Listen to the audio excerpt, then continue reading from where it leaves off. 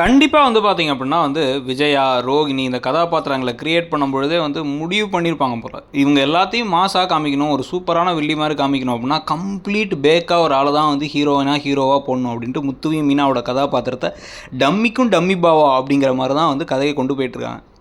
இதில் வந்து அதுவாக ஏதாச்சும் மாட்டினா மட்டும் தான் உண்டு. இவங்க 2 பேரும் அறிவுபூர்வமாக கண்டுபிடிக்கிற மாதிரி பாதி நேரம் முக்கியமாக இந்த ரோகிணி அண்ட் விஜயா விஷயத்தில் இப்போல்லாம் காமிக்கிறது இல்லை, ஆரம்பத்தில் காமிச்சிட்டு இருந்தாங்க. அதனால தான் சிறகடி காசை ப்ரோமோ கீழே அத்தனை நெகட்டிவ் கமெண்ட்ஸ் இருக்குது.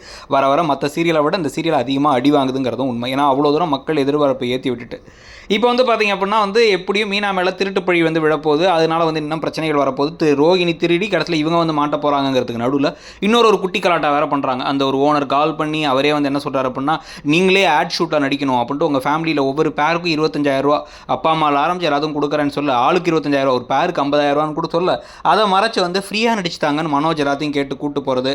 அங்கே அந்த டேரக்டர் கொஞ்சம் ஓவராக பேசுறது, ஒரு கட்டத்துக்கு மேலே கடுப்பாகி வந்து முத்து ஓசியில் நடிக்கிறதுக்கு எதுக்கு இவ்வளோ ஓவராக பேசுறீங்கன்னா, ஓசியா ஒரு ஆளுக்கு 25,000 சொல்லிட்டு மொத்தமாக 2 லட்ச ரூபா கொடுத்துருக்காரு சார் அப்படின்னதுக்கப்புறம் தான் இப்போ மனோஜ் மாட்ட போகிறாரு. எல்லாரும் கேவலமாக அவர் கேட்க போகிறாங்க.